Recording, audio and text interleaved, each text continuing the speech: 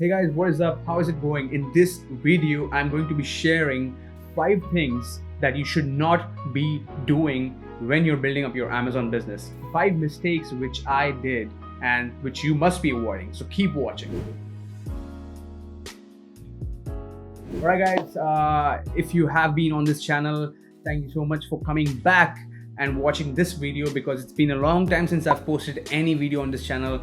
I've just been busy, I've just been preoccupied with a lot of things in my mind. But anyways, I'm back, and as I said, in this video I'm going to be sharing 5 mistakes that you should be avoiding when you are scaling up or when you are building your Amazon FBA business. So watch till the end, and if you haven't checked out the other videos on this channel, do check them out, subscribe to the channel and hit that notification bell so that when I release the next video you're informed, because I'll be sharing all of my ups and all of my downs, because that's what's more important, so that you can avoid making the mistakes that I have made until today in 2019. So let's look forward and let's ensure that we do not repeat the mistakes that we have been doing, or which I have been doing, so that you guys can build a better business and I can also learn back from you. All right.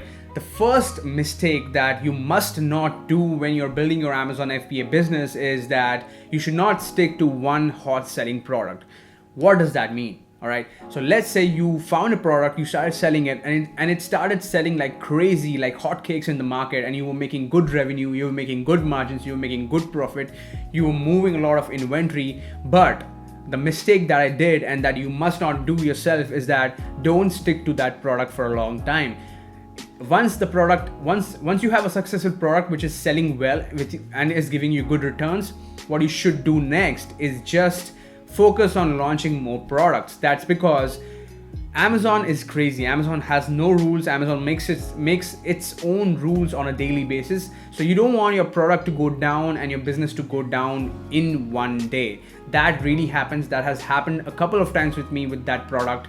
And because it's actually in a very complicated category and a complicated space, and it has a complicated configuration. Although it generates a lot of revenue, it has its risks involved with it. So always ensure that as soon as you have some profits flowing in from your first product or your first few products, you must start mining more products and launching more products, so that if a product goes down, you don't really feel the impact of that on your business, and you still keep rolling the ball forward.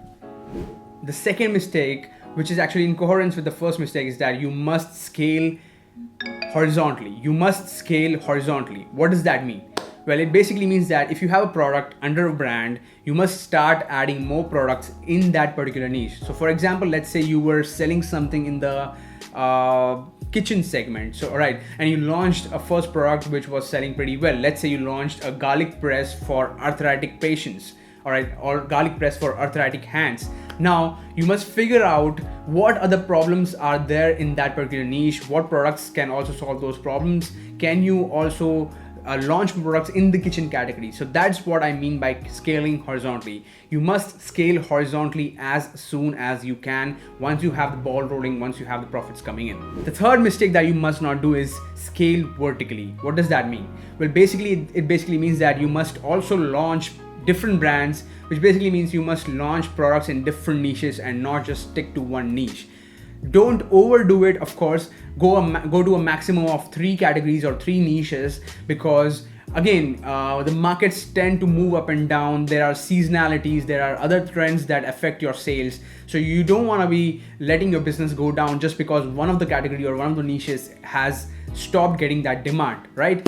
So ensure that you also scale up vertically, which means that you launch multiple brands in multiple niches, so that you have a different category of segments and a different category of audience that you can always come back to, and you can always launch products to, and get your business going and moving forward. All right, the third mistake that I have actually struggled a lot with in the last 1 year, and that I'm trying to solve now, is delegation. All right, I need to be as a business owner, I need to be figuring out which tasks of my business are not very important, which don't require me to be doing them. For example, it could be, searching influencers on Instagram and YouTube. That's a tedious task, and that doesn't really need your effort. As a business owner, you should be focusing on business development. What does that mean?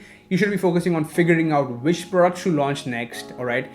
who do you want your suppliers to be so that you can trust them, and what's going to be your launching strategy, what's going to be your marketing strategy, what's going to be your growth strategy. These are the tasks that you or me as a business owner should be focused on, and not the tedious tasks and not the routine tasks. For example, figuring out which influencers do you want to work with, launching products using influencer marketing, and scheduling posts on Instagram or YouTube or elsewhere. So all of these tasks are very routine tasks which can be actually done by anybody else.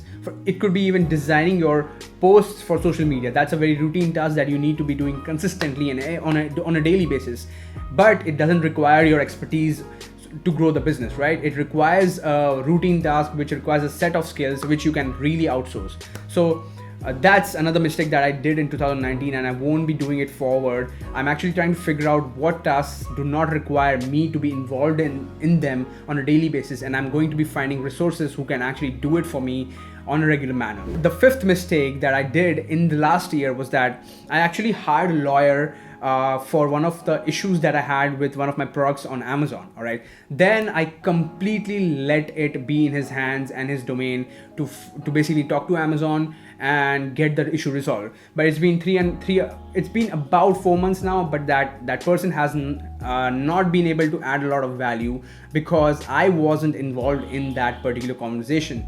I was managing my account. I was forwarding the emails that he wanted me to forward to the to Amazon's seller support team or performance team, but I wasn't really putting in the effort of evaluating and chasing the Amazon team, the Amazon seller support team, to help me fix the issue, right? So these are the problems that you must kind of avoid. You must figure out where do you need to be, where do you need to put in your efforts yourself, and where do you not need to put in your efforts yourself. All right, well, those were the 5 mistakes that I think you should be avoiding as a seller on Amazon FBA or as a private label seller, and that's about it. Avoid these mistakes. I'm going to be working on them, and I'll share whatever I do in the future with all of these 5 points that I just told you about. I'm actually working on them on a daily basis right now. So subscribe to the channel, join the group if you haven't, and I will see you on the other side. Adios.